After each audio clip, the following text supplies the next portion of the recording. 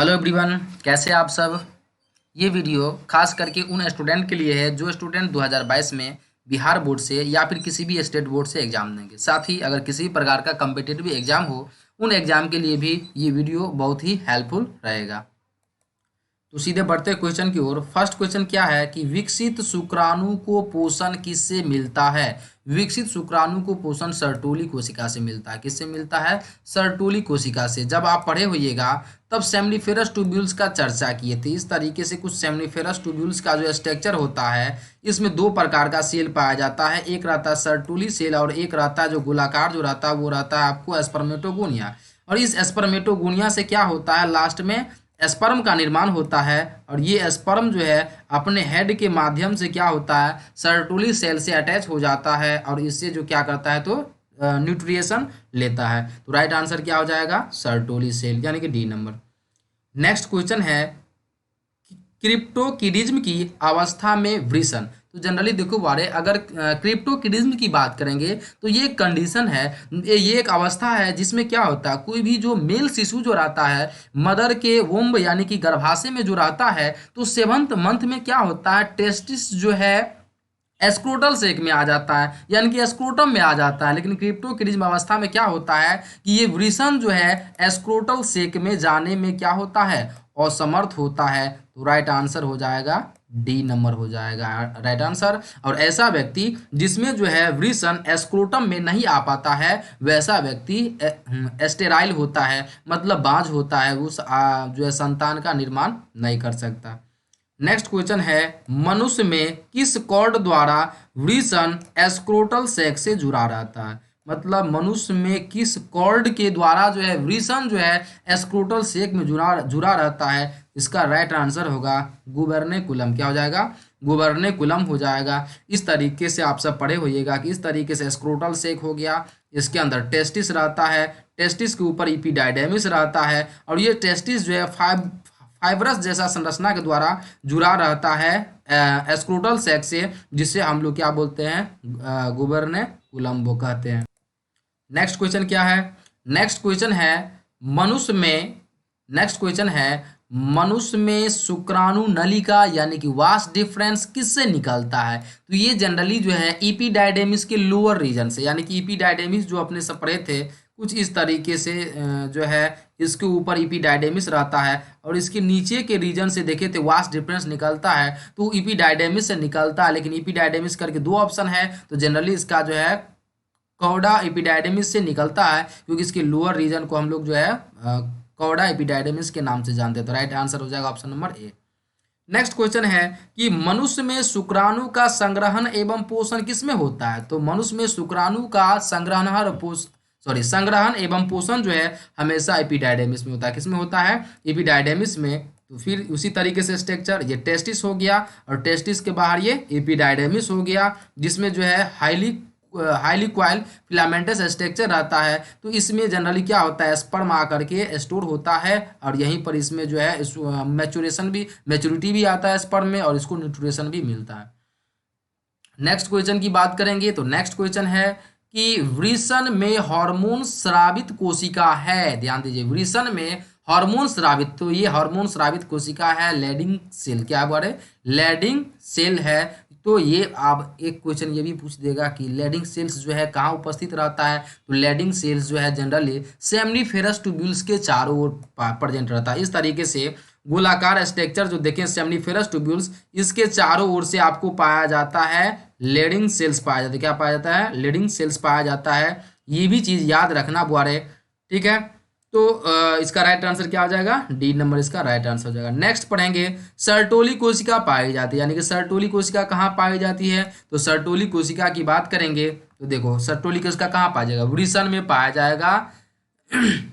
देखो एक तरीके से देखो, अंडाशय में दे दिया तो पहले ऑप्शन छट जाएगा, एड्रिनल कॉर्टेक्स ये भी छट जाएगा, वृषण दे दिया है तो ये राइट आंसर है। वृषण में तथा जर्म सेल को पोषण करता। स्वाभाविक बात है कि अपने सब याद करो बारे, क्या याद करना है, इस तरीके से कुछ स्ट्रक्चर अपने सब देखे थे टेस्टिस का, नहीं, सेक्शन काट करके देखे थे, जिसमें ये छोटा छोटा जो है लोब्यूल था, जिसे हम लोग जो है टेस्टिकुलर लोब्यूल बोलते थे। और इस टेस्टिकुलर लोब्यूल में हाईली क्वाइल जो संरचना था, जिसे सेमनीफेरस ट्यूब्यूल्स बोले थे। और अभी अभी सेमनीफेरस ट्यूब्यूल्स का स्ट्रक्चर जब देखे तो बताए हैं कि इसमें दो प्रकार का जो है सेल पाया जाता है, एक सर्टोली सेल और दूसरा है एस्पर्मेटोगोनिया सेल। तो और इस एस्पर्मेटोगोनिया सेल से जो स्पर्म बनता है उसको ये क्या करता है, तो न्यूट्रिएशन प्रदान करता है। तो राइट आंसर क्या हो जाएगा, सी नंबर राइट आंसर हो जाएगा। नेक्स्ट क्वेश्चन देखेंगे, मानव वीर्य का पीएच मान होता है। तो मानव वीर्य का पीएच मान की बात करेंगे तो 7.3 से 7.5 होता है, ये चीज याद रखना। नेक्स्ट है, निम्नलिखित में कौन सा प्राथमिक जनन अंग है। ध्यान दो तो प्राथमिक जनन अंग हम बताए हुए हैं, जब तीसरा चैप्टर जब बताए होंगे या जहाँ कहीं आप पढ़े होइएगा तो वहां पर हम बताए थे बुआरे, एक होता है प्राइमरी सेक्स ऑर्गेन और दूसरा होता है सेकेंडरी या फिर एक्सेसरी सेक्स ऑर्गेन। तो जनरली जो है प्राथमिक जनन अंग की बात करेंगे तो प्राथमिक जनन अंग का मतलब होता है वे अंग जिसके द्वारा जो है जिसके द्वारा गैमिट का निर्माण होता है और हार्मोन का सिक्रिएशन होता है। तो यहाँ पर गैमिट का निर्माण और हार्मोन का सिक्रिएशन किसके द्वारा, वृषण के द्वारा। तो क्या बताए बड़े, वे अंग जिसके द्वारा गैमिट का निर्माण होगा और जो है हार्मोन का सिक्रिएशन होगा, उसे ही हम क्या बोलेंगे, प्राथमिक जनन अंग बोलेंगे। और प्राथमिक जनन अंग को छोड़ करके बाकी सारा का सारा किसके अंतर्गत आ जाता है, तो एक्सेसरी सेक्स ऑर्गेन के अंतर्गत आ जाता है या फिर सेकेंडरी सेक्स ऑर्गेन के अंतर्गत आ जाता है। नेक्स्ट क्वेश्चन है, किसी शुक्राणु में केंद्रक युक्त अनुवांशिक पदार्थ किस में पाया जाता है। तो ये इसके सिर में पाया जाता है। कहाँ पाया जाता है, इसके सिर में पाया जाता है। कुछ अपने सब इस तरीके से स्पर्म का स्ट्रक्चर देखे थे और स्पर्म के हेड में जो है इस तरीके से न्यूक्लियस रहता है और इसके ऊपर में जो संरचना रहता है उसे हम लोग एक्रोसोम बोलते हैं। तो ये न्यूक्लियस है जिसमें अनुवांशिक पदार्थ रहता है। तो ये कहाँ है, स्पर्म के हेड वाले रीजन में है। तो राइट आंसर क्या हो जाएगा, बी नंबर हेड हो जाएगा, यानी कि सिर हो जाएगा। नेक्स्ट क्वेश्चन है कि नर में क्या नहीं होता है। तो नर में जो है कौन चीज नहीं पाया जाता है। तो जनरली ध्यान दो बारे, बर्थोलियन ग्लैंड्स जो है नर में नहीं पाया जाता। कौन सा ग्लैंड, बर्थोलियन ग्लैंड्स नर में नहीं पाया जाता है। यानी कि बर्थोलियन ग्लैंड कहाँ पाया जाता था, ये पाया जाता फीमेल में। कहाँ पाया जाता है, फीमेल में वेजाइनल ओपनिंग के दोनों साइड पाया जाता है। यानी कि मेल में बल्बोयूथरल ग्लैंड्स भी पाया जाता है, कॉपर ग्लैंड भी पाया जाता है और जो है प्रोस्टेट ग्लैंड भी पाया जाता है। नेक्स्ट क्वेश्चन है, शुक्राणु का अक्षीय तंतु बनता है। शुक्राणु का अक्षीय तंतु बनता है, किससे बनता है, तो ये बनता है दूरस्थ वर्तुलिका से। ध्यान दो बारे, वर्तुलिका यहाँ पर अपने सब कंफ्यूज कर जाएंगे। वर्तुलिका का दूसरा इंग्लिश नेम होता है सेंट्रोसोम। क्या होता है बारे, सेंट्रोसोम। और सेंट्रोसोम के अंदर में या सेंट्रोसोम जनरली बारे एक जोड़ा सेंट्रियोल के द्वारा बना रहता है। तो अपने सब ध्यान दो, जब अपने सब जो है स्पर्म का स्ट्रक्चर पढ़े होंगे तो स्पर्म का हेड वाला रीजन कुछ इस तरीके से रहता है। इसमें दो सेंट्रियोल रहता है, एक आगे की ओर रहता है और एक पीछे की ओर रहता है, जिससे जो है एक्जाइल फिलामेंट या अक्ष तंतु जुड़ा रहता है। तो ये बारे क्या है, तो ये जो स्पर्म के हेड वाले भाग से दूर है, इसीलिए यहाँ पर इसका राइट आंसर हो जाएगा दूरस्थ वर्तुलिका या फिर जो है दूरस्थ जो है सेंट्रियोल भी यहाँ पर हम लिख सकते हैं, कोई दिक्कत नहीं है। नेक्स्ट क्वेश्चन क्या है, नेक्स्ट क्वेश्चन है प्रोस्टाग्लैंडिन है। तो ये प्रोस्टाग्लैंडिन जो है क्या है, तो ये जो है एक लिपिड है। क्या है, एक लिपिड है। सॉरी प्रोस्टाग्लैंडिन जनरली लिपिड नहीं होगा, प्रोस्टाग्लैंडिन होगा फैटी एसिड। क्या होगा, फैटी एसिड होगा राइट आंसर। तो प्रोस्टाग्लैंडिन एक प्रकार का फैटी एसिड है, ये बात अपने सबको ध्यान में रखना है। नेक्स्ट क्वेश्चन क्या है, किसी श्रावण में फ्रुक्टोज या फिर यहाँ पर किसकी होगा, किसकी श्रावण में फ्रुक्टोज, कैल्शियम एवं एंजाइम सबसे अधिक पाया जाता है। तो याद रखना बहुत है, फ्रक्टोज दिया है, कैल्शियम दिया है, एंजाइम दिया है। तो ये जनरली जो है नर सहायक ग्रंथि में रहता है। किसमें रहता है, नर सहायक ग्रंथि। ध्यान दोबारा, नर सहायक ग्रंथि इंग्लिश में मेल एक्सेसरी ग्लैंड बोलेंगे। और मेल एक्सेसरी ग्लैंड के अंतर्गत अभी अभी अपने से ऊपर पढ़े हैं क्या चीज देखे बारे, इसमें क्या क्या चीज आ जाएगा, तो बल्बो यूरेथ्रल ग्लैंड आ जाएगा, प्रोस्टेट ग्लैंड आ जाएगा, कॉपर ग्लैंड। और इसके द्वारा जो फ्लूइड का निर्माण जो होता है उसमें जनरली फ्रुक्टोज, कैल्शियम और एंजाइम पाया जाता है, खास करके जो सेमिनल वेसिकल में रहता है। तो राइट आंसर यहाँ पर हो जाएगा ए नंबर। नेक्स्ट क्वेश्चन की बात करेंगे तो नेक्स्ट क्वेश्चन क्या है कि निम्नलिखित में कोई एक पुरुष में पाया जाता है। अब यहाँ पर दिया हुआ है इनमें से कौन, मतलब कौन कहता है कि एक जो है पुरुष में पाया जाता है। तो पुरुष की बात करेंगे तो पुरुष में काउपर ग्रंथि पाया जाता है। क्या पाया जाता है? काउपर ग्रंथि। गर्भाशय दिया, गर्भाशय तो फीमेल में पाया जाता है। लिविया मेजोरा ये भी फीमेल में पाया जाता है। भग है, और ये भी जो है आपको क्या, जिसे उल्वा के नाम से जानते हैं, ये भी आपको जो है फीमेल रिप्रोडक्टिव सिस्टम से संबंधित है। नेक्स्ट क्वेश्चन है कि स्तनधारियों में वृषण वृषण कोश में उतरते हैं। तो जनरली जो है स्तनधारी में वृषण वृषण कोश में आखिर क्यों उतरते हैं? तो ये उतरते हैं शुक्राणु के पूर्ण विकसित होने के लिए। किसके लिए? शुक्राणु के पूर्ण विकसित होने के लिए, या फिर नहीं, ऑप्शन नंबर ए देखो क्या है, शुक्राणु जनन के लिए। ये भी चांस है। निषेचन के लिए तो नहीं, जनन अंगों के विकास के लिए तो ये भी नहीं, शुक्राणु के पूर्ण विकसित होने के लिए तो नहीं। यहाँ पर देखा जाए तो ऑप्शन नंबर ए ही हो जाएगा। क्या हो जाएगा? ए, यानी कि शुक्राणु जनन के लिए। क्यों? तो इसका रीजन है, अपने सब ये भी पढ़ चुके हैं कि एस्क्रोटम में रहता है। एस्क्रोटम को जनरली हम क्या बोलेंगे? बड़े वृषण कोश बोलेंगे। लिखा क्या? स्तनधारियों में वृषण जो है वृषण कोश में उतरता है। क्यों? क्योंकि वृषण कोश का जो तापमान जो होता है बॉडी के तापमान से जो है 2 से 2.5 डिग्री सेल्सियस कम होता है, और जो कि शुक्राणु निर्माण के लिए क्या होता है? तो महत्वपूर्ण होता है। तो राइट आंसर हो जाएगा अपने सबका ए नंबर। नेक्स्ट क्वेश्चन की बात करेंगे तो नेक्स्ट क्वेश्चन क्या है? शुक्राणु जनन का नियंत्रण किसके द्वारा होता है? तो शुक्राणु जनन का नियंत्रण की बात करेंगे तो इसका नियंत्रण जो है एंड्रोजन के द्वारा होता है। किसका द्वारा होता है? एंड्रोजन के द्वारा होता है। ये भी चीज अपने सबको याद रखना। नेक्स्ट है वृषण थैली किससे बनता है? तो वृषण थैली किससे संबंधित है? तो वृषण थैली जो है वृषण से संबंधित है। किससे संबंधित है? तो वृषण थैली यही जिसे हम लोग एस्क्रोटम कहते हैं, और इसी एस्क्रोटम में पाया जाता है टेस्टिस, जो 1 पेयर रहता है टेस्टिस। नहीं, नेक्स्ट क्वेश्चन है कौन सहायक जनन ग्रंथि है? ध्यान दो, कौन सहायक जनन ग्रंथि है? तो देखो सहायक जनन ग्रंथि हम क्या बताए थे बारे, तो सहायक जनन ग्रंथि में जो है जनरली जो है एक ओवरी को और एक जो है टेस्टिस को छोड़ करके बाकी सही भी जो है सहायक ग्रंथि के अंतर्गत आ जाता है। सॉरी, सहायक ग्रंथि का चर्चा करा। ग्रंथि, जिससे ग्रंथि से बारे किसका निर्माण होगा? तो हार्मोन का निर्माण होगा या फिर एंजाइम का निर्माण होगा। तो यहाँ पर जो है ऑल ऑफ दीज हो जाएगा। क्या हो जाएगा? ऑल ऑफ दीज हो जाएगा। सहायक ग्रंथि की बात करता है तो एक्सेसरी ग्लैंड के अंतर्गत या फिर सहायक ग्रंथि के अंतर्गत आपको ये सारा आ जाता है। शुक्राशय ग्रंथि, प्रोस्टेट ग्रंथि और कापुर ग्रंथि। तो सभी हो जाएगा राइट आंसर। नेक्स्ट क्वेश्चन क्या है? कॉर्पस एस्पोंजियोसम कॉर्पस एस्पोंजियोसम पेशी किसमें पाया जाता है? तो ये जनरली पाया जाता है सीसन में। किसमें पाया जाता है बोले? सीसन में पाया जाता है। क्योंकि सीसन क्या होता है, जब फीमेल के प्रति उत्तेजित होता है मेल में, तो क्या होता है सीसन इरेक्ट हो जाता है, और इसके इरेक्ट होने का कारण है एस्पोंजी टिश्यू। तो वही दे दिया है कॉर्पस एस्पोंजियोसम पेशी किसमें पाया जाता? तो सीसन में पाया जाता है। नेक्स्ट क्वेश्चन है कि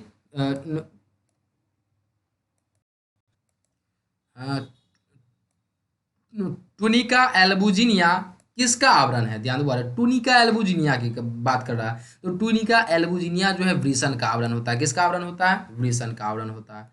नेक्स्ट क्वेश्चन है स्तनपायी जीवों में नर हार्मोन की उत्पत्ति कहाँ होता है? स्तनपायी जीवों में नर हार्मोन पूछ रहा है, मेल हार्मोन का चर्चा कर रहा है, तो ये होता है वृषण में। कहाँ होता है? वृषण में होता है। नेक्स्ट ध्यान दो, नेक्स्ट क्या है 23 नंबर क्वेश्चन, अंडे का जीवन काल क्या होता है? तो ध्यान दोबारा, अंडे के जीवन काल अपने सब पढ़े होंगे 24 से 48 घंटा। क्या पढ़े होंगे? 24 से 48 घंटा, या फिर किसी किसी बुक में 48 से 72 घंटा भी दे देता है, लेकिन यहाँ पर ऑप्शन के थ्रू चलेंगे तो यहाँ पर हो जाएगा सी नंबर राइट आंसर। क्या हो जाएगा? सी नंबर राइट आंसर हो जाएगा, यानी कि 24 घंटा। नेक्स्ट क्वेश्चन है इंडोमेट्रियम किसका आवरण बनता है? तो ये इंडोमेट्रियम जनरली गर्भाशय का आवरण है। किसका आवरण है? गर्भाशय का। याद कीजिए गर्भाशय में जो है 3 लेयर पाए जाते हैं, जिसमें आउटर लेयर को हम लोग क्या बोले थे? सबसे बाहर का लेयर जो रहता है उसे पेरीमेट्रियम कहते हैं, बीच के लेयर को मायोमेट्रियम कहते हैं, और सबसे इनर पार्ट जो रहता है इनर जो लेयर रहता है उसे हम लोग इंडोमेट्रियम के नाम से जानते हैं। नेक्स्ट क्वेश्चन है मादा में कौन सी ग्रंथि प्रोस्टेट के समजात होता है? मादा में कौन सी ग्रंथि जो है प्रोस्टेट के समजात होती है? तो इसका अगर आंसर की बात करेंगे तो इसका आंसर हो जाएगा सी नंबर, पारा यूरिथ्रल ग्लैंड हो जाएगा। ठीक है, तो पारा यूरिथ्रल ग्रंथि भी इसे हम कहेंगे। नेक्स्ट क्वेश्चन है हिस्टेरेक्टोमी का तात्पर्य सर्जरी द्वारा विस्थापन है। तो एक चीज माइंड में सेट कर लो बारे कि ये जनरली इसका राइट आंसर तो वैसे गर्भाशय होगा, तो यहाँ पर ध्यान दो बारे। जनरली गर्भाशय को अपने सब इंग्लिश में यूटेरस कहते हैं। क्या कहते हैं? यूटेरस कहते हैं, या फिर इसे वोम्ब के नाम से भी जानते हैं, WMB वोम्ब के नाम से भी जानते हैं। और याद रखना इसे जो है हिस्टेरा के नाम से भी जानते हैं। किसको? गर्भाशय को हिस्टेरा के नाम से जानते हैं। और जब जो है सर्जरी द्वारा यानी कि ऑपरेशन द्वारा जब गर्भाशय को हटा दिया जाता है तो उसी विधि को हम क्या कहते हैं? तो हिस्टेरेक्टोमी के नाम से जानते हैं।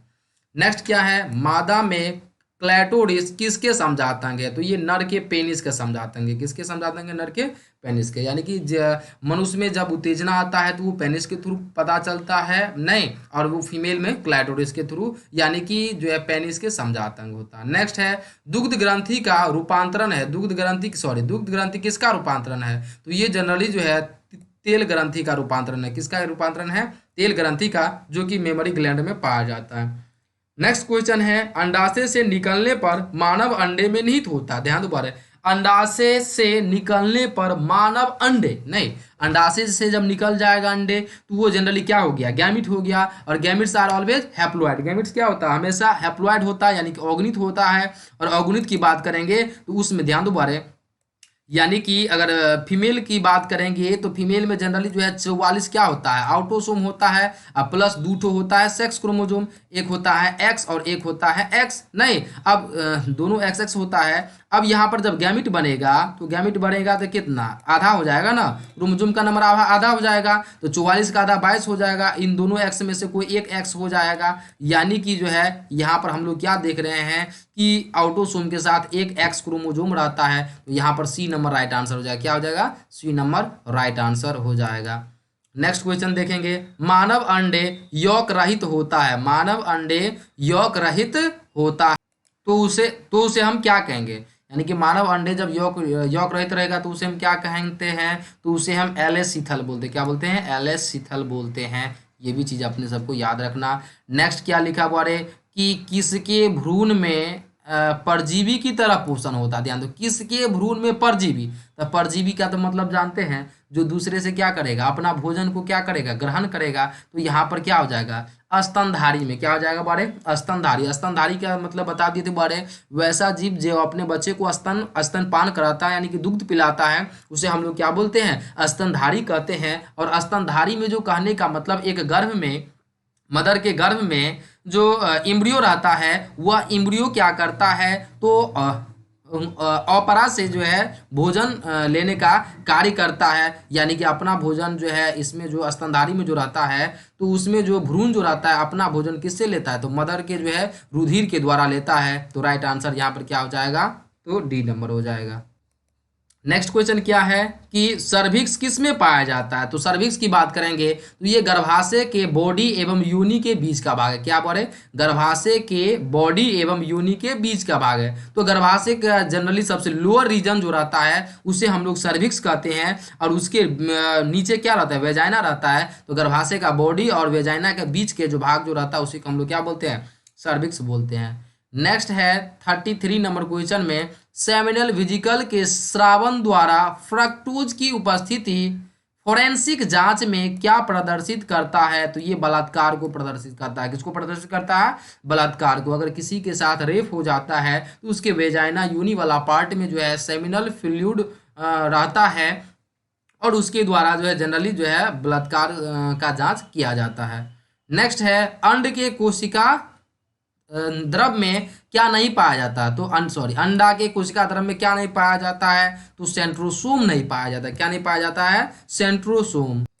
ऐसा क्यों? क्योंकि अपने सब पढ़े हैं कि एस्पर्म में, ध्यान दो बारे, एस्पर्म का स्ट्रक्चर कुछ इस तरीके से अपने सब जस्ट ऊपर पढ़े हैं कि एस्पर्म के हेड वाला भाग में क्या रहता है? न्यूक्लियस रहता है। इसके ऊपर जो रहता है कुछ इस तरीके से संरचना एक्रोसोम बोलते हैं। और यहाँ पर बताएं बारे सेंट्रियोल होता है, जिसमें पीछे के सेंट्रियोल द्वारा एक्जाइल फिलामेंट जुड़ा रहता है। और ये जो सेंट्रियोल जो रहता है या जिसे हम सेंट्रोसोम जो कहेंगे, वो फर्टिलाइजेशन के बाद यही सेंट्रोसोम जो है जाइगोट में जो फर्स्ट डिवीजन होता है उसमें हेल्प करता है। तो अगर इसके सेंट्रोसोम के द्वारा होता है, इसका मतलब कि एग में मतलब अंड के जो कोशिका द्रव में सेंट्रोसोम एब्सेंट रहता है, अनुपस्थित रहता है।